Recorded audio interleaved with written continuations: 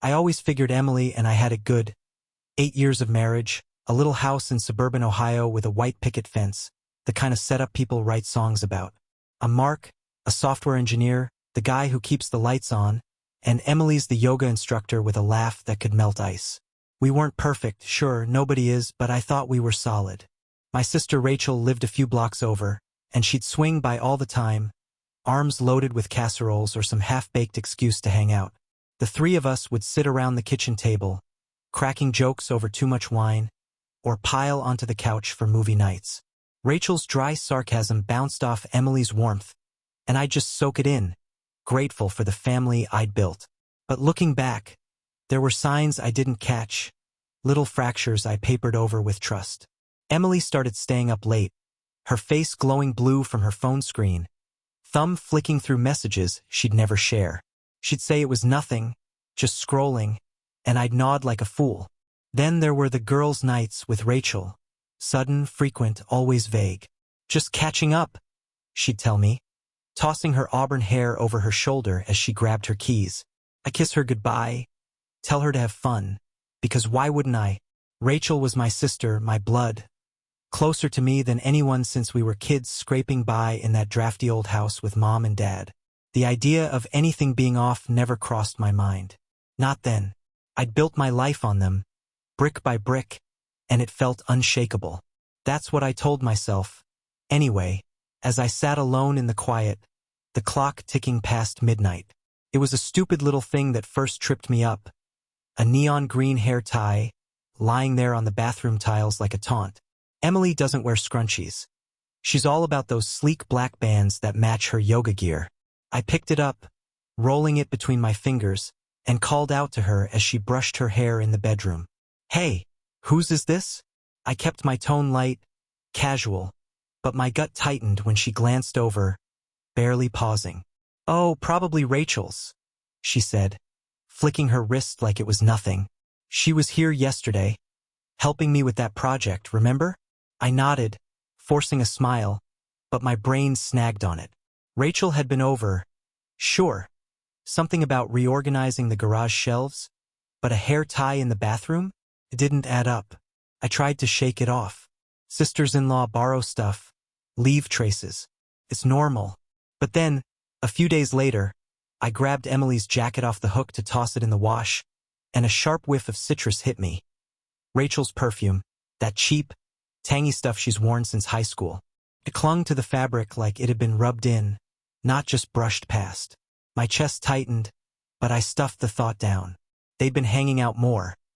Maybe Rachel hugged her too hard. Maybe Emily borrowed the jacket. I wasn't some paranoid jerk who'd grill his wife over nothing.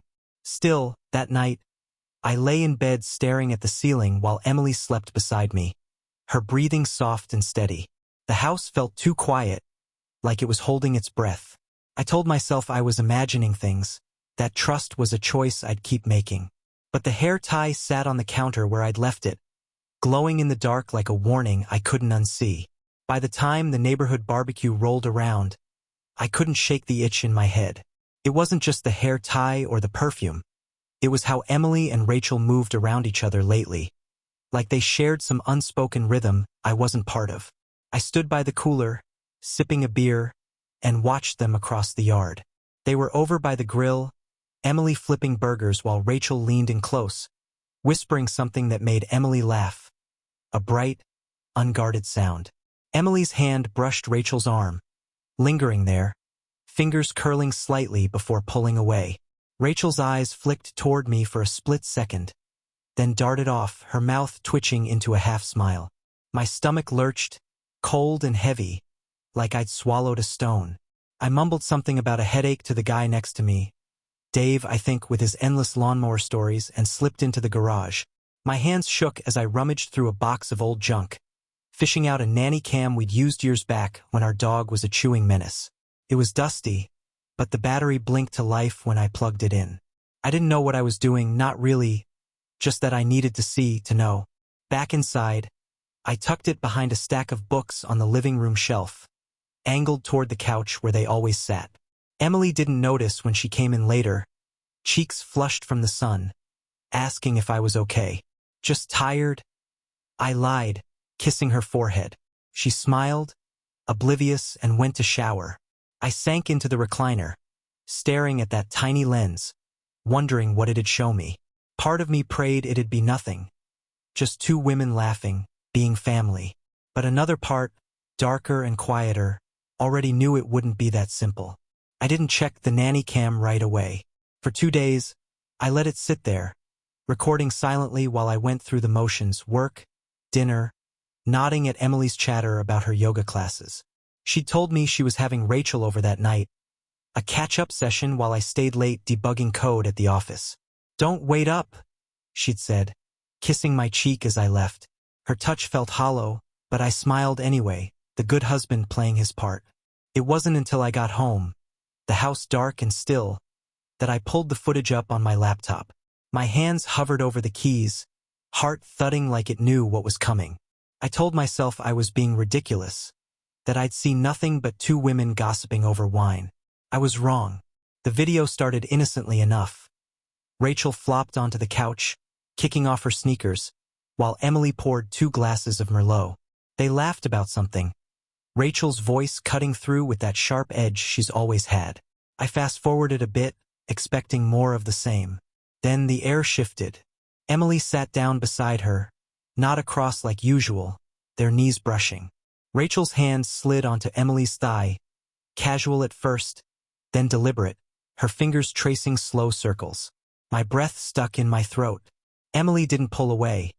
She leaned in, her face softening, and kissed Rachel. Not a peck, not a joke, but a deep, hungry thing that made my stomach twist into knots. I froze, staring as they melted into each other, the footage grainy but undeniable. My wife and my sister, tangled in a betrayal so raw it burned my eyes. I slammed the laptop shut, but the image stayed, seared into me like a brand. I don't know how long I sat there, the house humming around me in the dark. Minutes, maybe hours. My mind raced, replaying every moment I'd missed. The late nights, the locked phones, the way Rachel's visits had stretched longer and longer. I opened the laptop again, forced myself to watch more, because I needed to know how far it went. They didn't stop at the couch. The footage caught them standing, hands linked, moving toward our bedroom. My bedroom, where I'd slept beside Emily for years. The cam's angle didn't follow, but the implication hit like a freight train. This wasn't a fling, a mistake born of too much wine. It was practiced, familiar, a rhythm they'd built behind my back.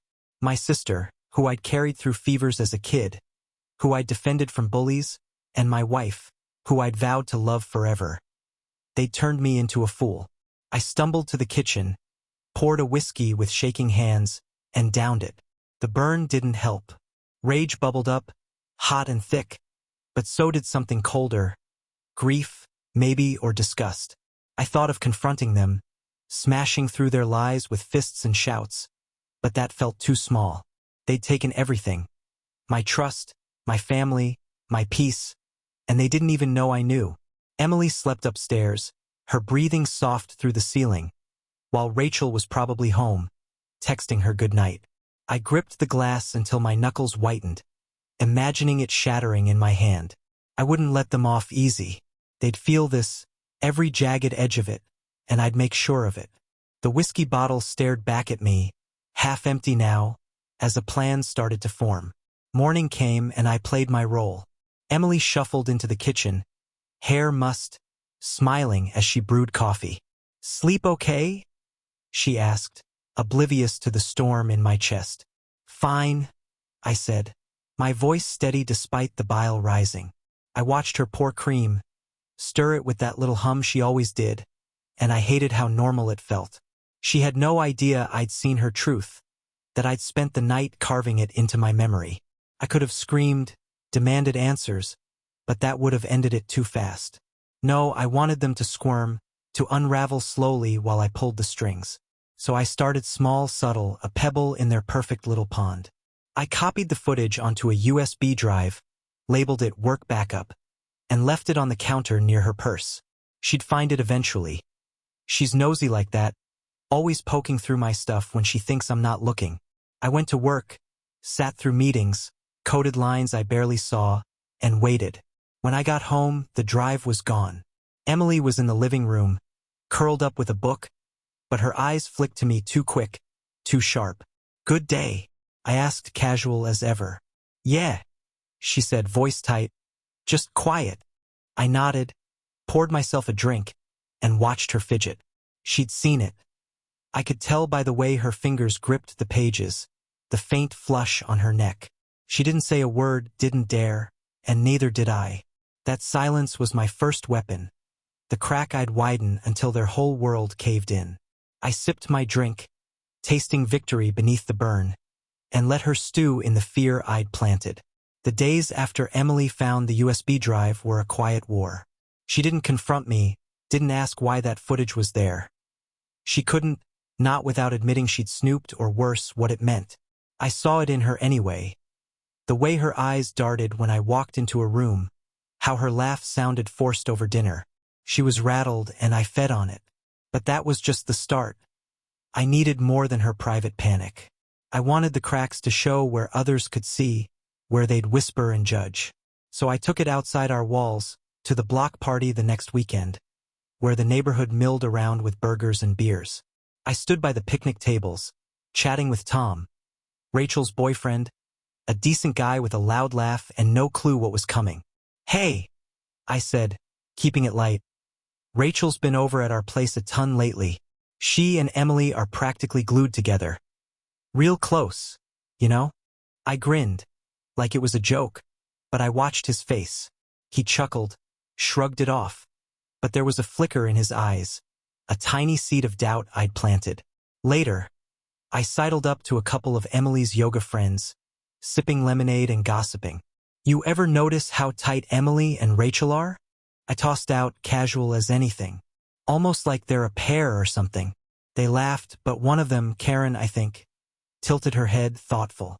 I walked away, feeling the ripples spread. Emily caught me later, her smile brittle as she asked, "Having fun?" "Oh yeah," I said, meeting her gaze. "Best party yet." She nodded, but Rachel avoided me the rest of the night, her shadow shrinking from mine. The whispers had begun, and I was just warming up. I needed to hit them where it hurt, beyond words and looks. Something tangible, something they'd feel in their bones. Money was the next move. Emily and I shared a joint account, years of savings I'd poured into while she chipped in from her yoga gigs. I logged in one night, scrolling through statements, and there it was. Withdrawals I hadn't noticed, hundreds on hotels I'd never slept in, boutique shops I'd never stepped foot in.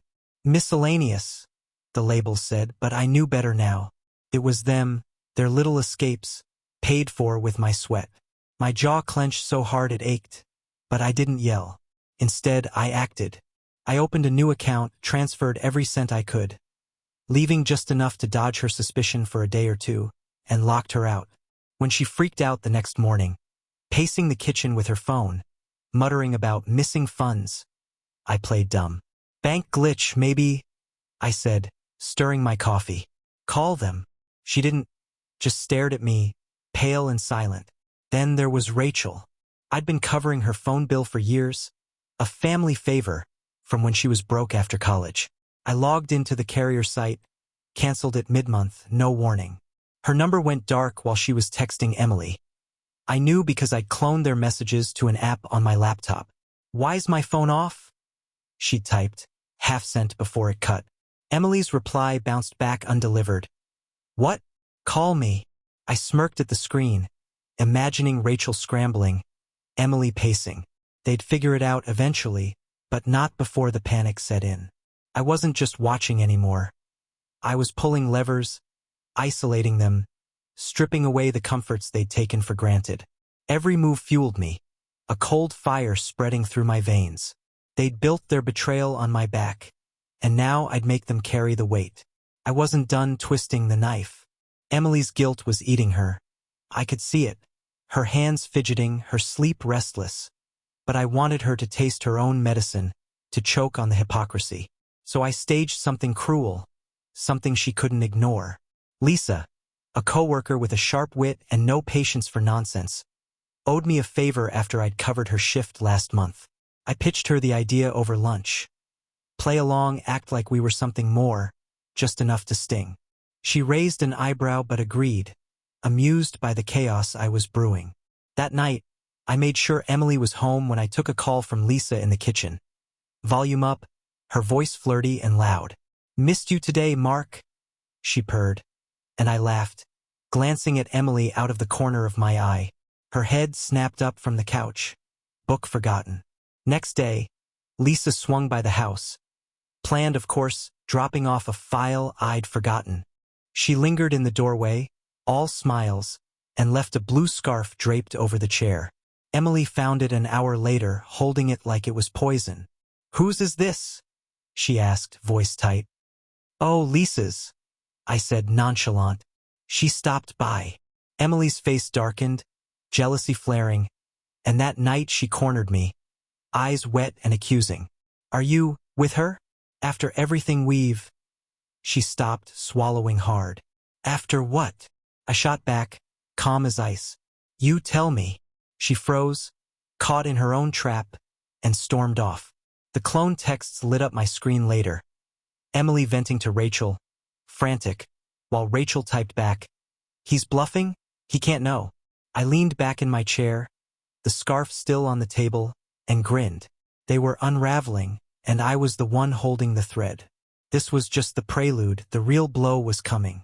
I'd been chipping away at them, watching Emily and Rachel squirm under the weight of their own paranoia, but it wasn't enough. I wanted their shame to spill out, to drown them in front of everyone we knew. The USB drive had been my ace, and now it was time to play it wide. I uploaded the nanny cam footage to a private cloud link. Every second of their betrayal, their whispers, their hands all over each other, and sat on it for a day, letting the idea simmer. Then, at 2 a.m., whiskey in hand, I opened the family group chat.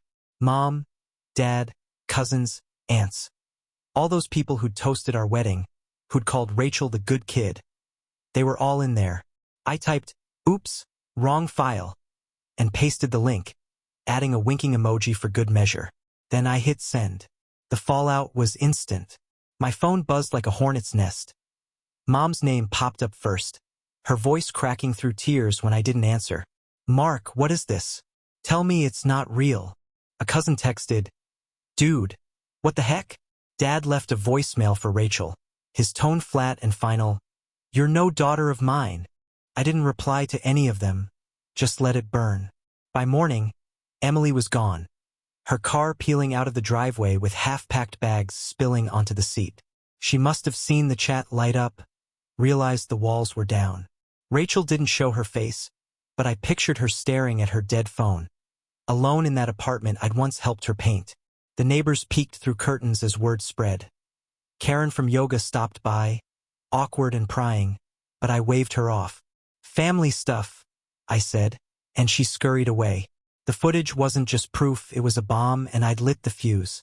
Their perfect little lie was ash now, and I wasn't even close to finished. They thought they could run from it, but I wasn't letting them off that easy.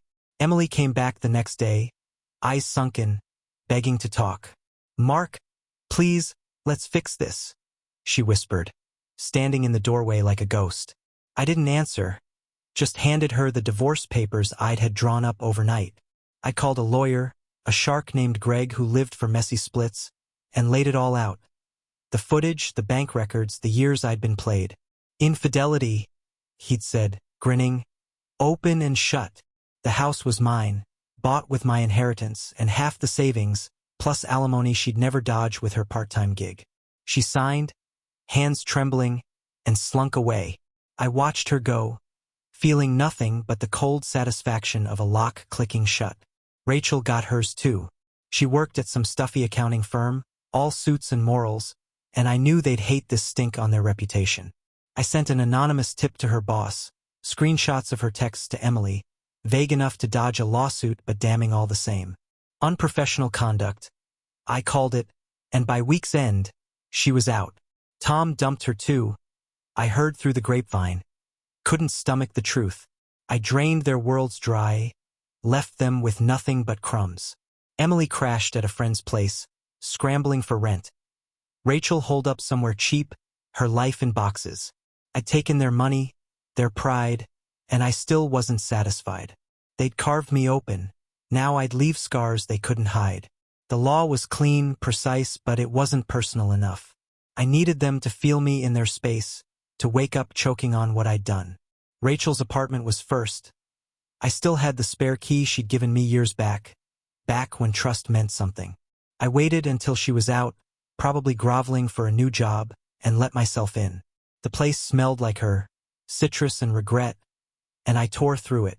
I smashed her bathroom mirror, glass splintering across the sink, ripped her clothes from hangers, leaving them in heaps, flipped her mattress like it had wronged me.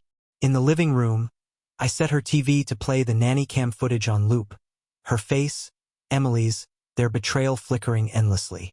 On the wall, in black spray paint I'd bought that morning, I scrawled, "Sister and wife." I wore gloves, left no prints, just ruin. Emily's car was next. I found it parked outside her friend's duplex, a beat-up sedan she'd clung to. Under the streetlight's hum, I slashed the tires, the hiss of air like a sigh of relief.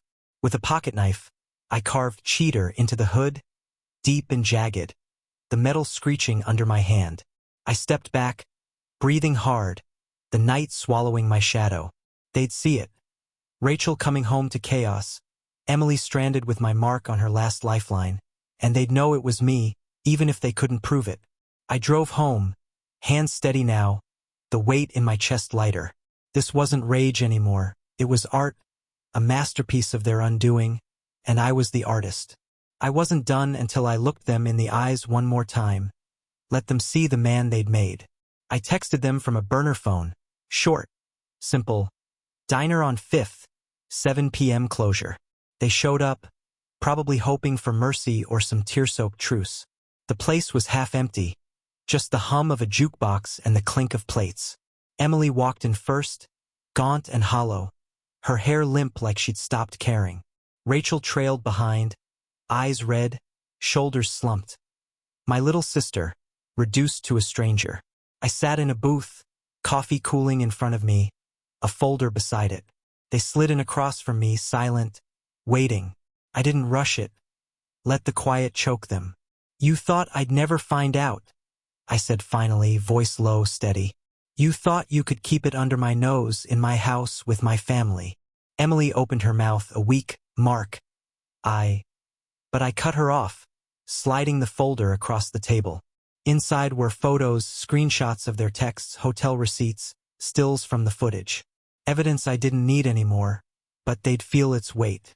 "Don't," I said, sharper now. "You don't get to talk." Rachel stared at the table, lips trembling. Emily's hands clenched into fists. "You're dead to me," I told them, leaning in. "But first, you'll live with this." I dropped another packet. Fake police reports I'd mocked up, claiming they'd attacked me, dates and details vague but threatening. "Watch your backs." It was a bluff, but their wide eyes told me it landed. I stood, tossed a few bucks for the coffee, and walked out, their stunned silence trailing me like smoke. That was the last I'd see of them, and it felt like burying a ghost. Weeks passed, and the wreckage settled into place. Emily got evicted from her friend's couch, her credit shot from the divorce and the bills she couldn't pay. Word was she'd taken a job cleaning houses. Ironic, for someone who'd trashed mine. Rachel ended up in a motel off the highway, one of those sad, flickering sign places where dreams go to rot. I heard through an old buddy that she and Emily weren't even speaking anymore. Their little affair had crumbled under the guilt and the spotlight I'd turned on it. They'd lost each other too, and that cut deeper than I'd expected it to. I'd stripped them bare. Friends gone, family turned away, lives shrunk to shadows of what they'd been. Me? I was rebuilding. Got a promotion at work. Started dating a woman named Claire. Sharp, kind, nothing like Emily. I gutted the house, painted over every trace of them, turned it into something new. The neighborhood still buzzed with the scandal, but I didn't care. Let them talk. One last thing, though, I mailed them a gift. A framed photo from better days. The three of us at a lake, smiling, arms around each other. I wrote "family" across it in red marker. then smashed the glass before sealing the box. It had arrived broken, just like us. Emily's new address was a P.O. box. Rachel's was that motel. I didn't track it, just pictured their faces when they opened it, the shards glittering like the pieces I'd left them in. That was enough. It was a crisp morning when it all felt finished. I stood on the porch, coffee steaming in my hands, watching movers haul Emily's last boxes from the garage. She'd sent someone else to get them, too scared to face me. The truck rumbled off, and she glanced back once from the passenger seat of some beat-up car, her eyes meeting mine for a fleeting second. I didn't flinch, didn't wave, just turned away, letting her fade into the distance. Rachel drove by later that week, slow, her face pale behind the wheel. She stared at the house, at me, then gunned it and disappeared. I didn't chase her gaze. They were gone, hollowed out by what I'd done, and I was still here. The white picket fence gleamed in the sun, the lawn trimmed, the life I'd reclaimed humming around me. Claire laughed inside, cooking breakfast, her voice a balm on the scars they'd left. I'd taken everything from them, trust, love, dignity, and built something better on the ruins. They'd thought they could break me, but I'd broken them instead, piece by careful piece. I sipped my coffee, the bitterness sharp and perfect, and felt the weight lift. This was my victory, cruel and complete, and for the first time in months, I slept through the night, the silence clean and mine.